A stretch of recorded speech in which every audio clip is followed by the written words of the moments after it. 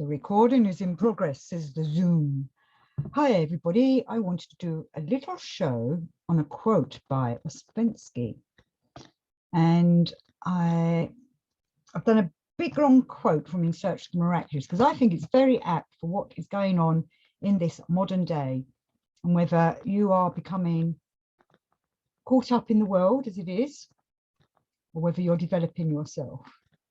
And this is going to be all about doing, not being mechanical. So this is from In Search of the Miraculous, page 226. And I'm going to do bits and speak, probably not very knowledgeably. So Ouspensky writes, there are many imitation ways, imitation groups, and imitation work. These are not even black magic. I'm quite concerned about black magic. I feel that people that do any kind of magic that involves bloodshed of any kind, whether it's cutting themselves, you know, a little bit of blood to the gods, or slaughtering an animal to the gods, is black, because blood is sacred. It is your life force. You need your blood, and it's, you know, part of you. I was quite concerned about blood transfusions and things like that for a while, but that's something else, you know.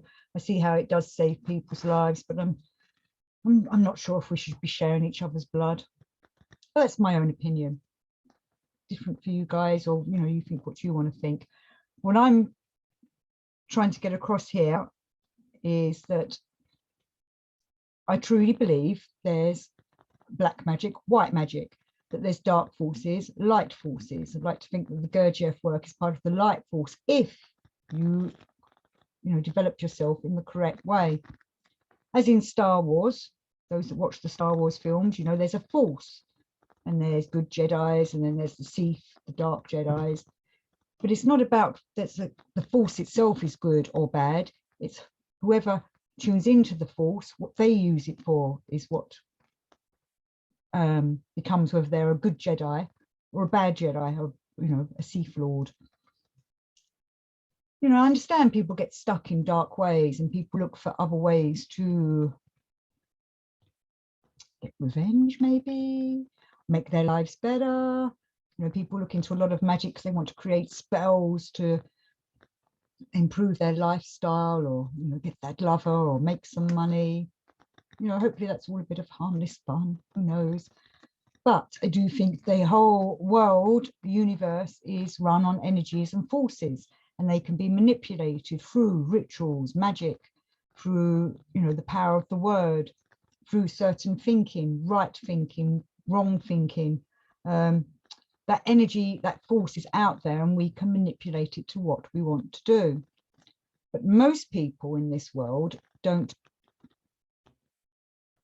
look at it like that. They just live their lives day by day, and what happens, happens, which is an important part of the next quote from Ouspensky in this same paragraph.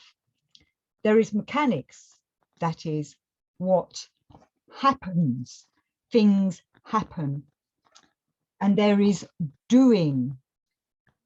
Doing is magic, and doing can be only of one kind. There cannot be two kinds of doing. Well, I wonder, can there be? You know, maybe the dark forces can do things as well, but, you know, they're using it in the wrong way. And one thing I would recommend for people of the Gurdjieff side of things, you must read The Struggle of the Magicians. The ballet that Gurdjieff was going to put on is available in books, downloads. I did a little chat, one of the stages of it for a little puppet film. So you can find that in my channel. But that ballet of the struggle of the magicians is all about the good and the bad, the dark and the light, how you can be a black magician or a white magician. Which do you want to be? You know, I remember I had friends that used to watch Star Wars together, and they'd cheer when the stormtroopers came in. Well, you know, they like the dark force, but maybe it's just because in their own lives they weren't satisfied or hadn't found the light yet. Hopefully you're doing this kind of work because you realize there is a light force out there and you want to be part of it.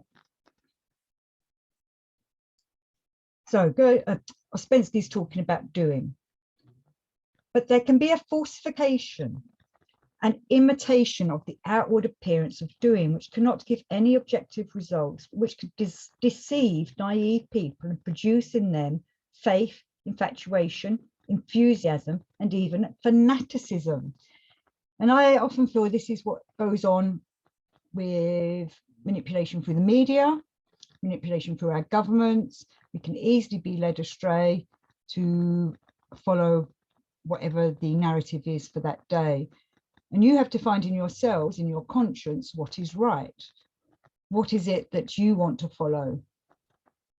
You know, as an example, we're going to bring up the world wars. You know, Hitler and his Nazis, they turned the Germans against the Nazis against the Jews. Sorry, Jews.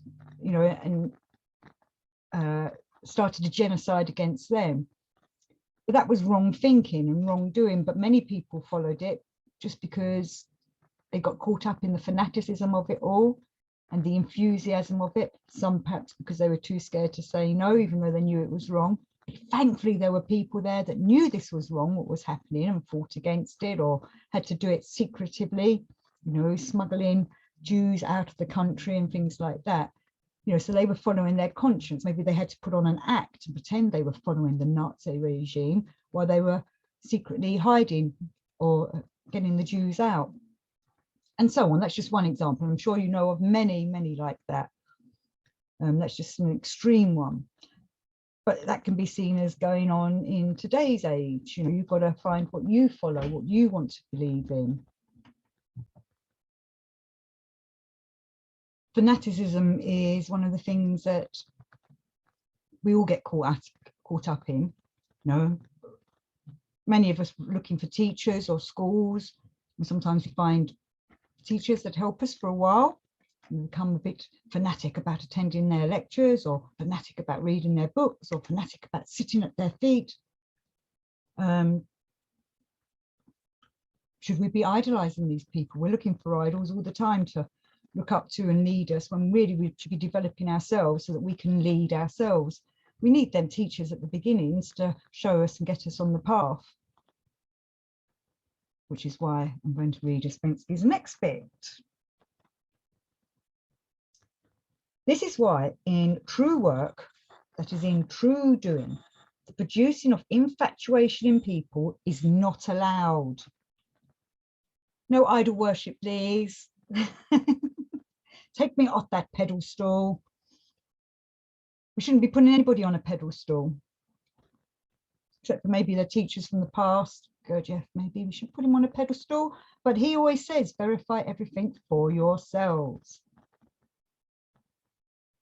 And Ouspensky goes on, what you call black magic is based on infatuation and playing upon human weaknesses, which is what most things are about, sadly. You know, that's how most people get their own way, by playing on human weaknesses.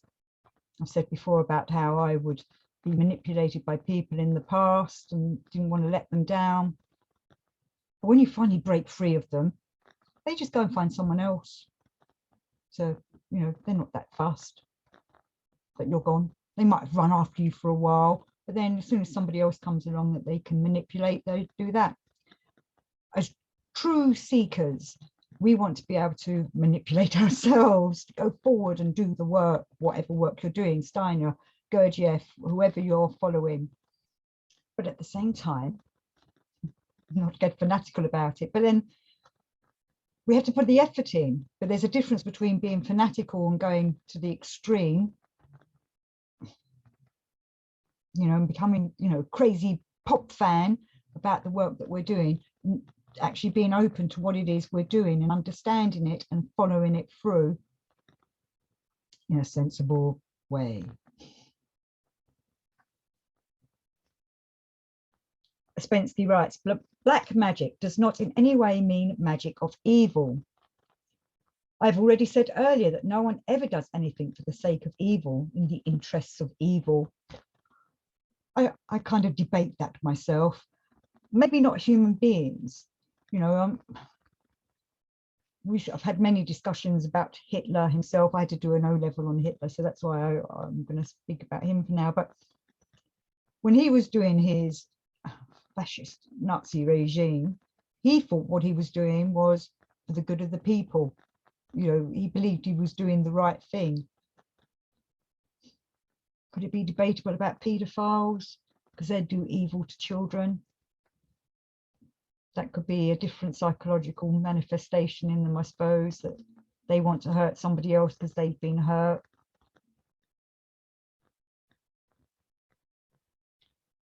Does evil manipulate people? I myself think that evil can get into people's minds. I've done shows about it. I did a show for Anomaly 101 about the devil. The devil comes through the mind, God comes through the heart, the divine comes through the heart.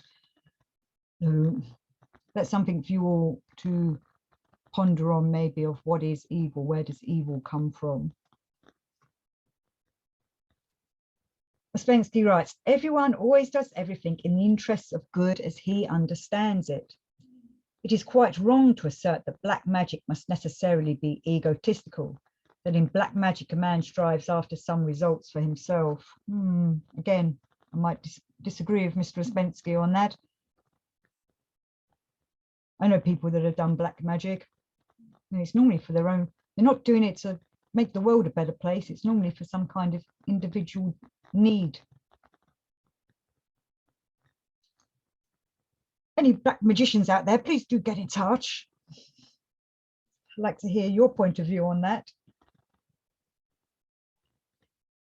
Black magic may be quite altruistic, may strive after the good of humanity or after the salvation of humanity from real or imaginary evils.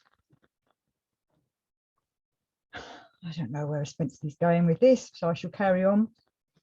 But what can be called black magic has always one definite characteristic: the tendency to use people for some, even the best of aims, without their knowledge and understanding, either by producing in them faith and infatuation or by acting on them through fear. And that's one thing we have to make sure that we're not caught up in: fear. We have to face fear, but we mustn't let fear run us down or make us not carry on our work on ourselves. You know, fear of being ridiculed, walking this holistic path. You know, I'm sure you've seen, hopefully you've seen the Growl one that I did recently, where it talks about you're going to be scoffed at for doing this kind of work. That's why Gurdjieff used to say this should only be discussed with certain people. You shouldn't go out and just talk about this to the public. And I've said to people before, I was doing all this work of, not just the Gurdjieff work, but looking into this kind of thing, because I wanted to help the world. I mean, can't help the world until we're developed. You know, and I do these shows because hopefully I can just pass on the knowledge that you can then work with, hopefully turn it into wisdom and develop yourselves, you know.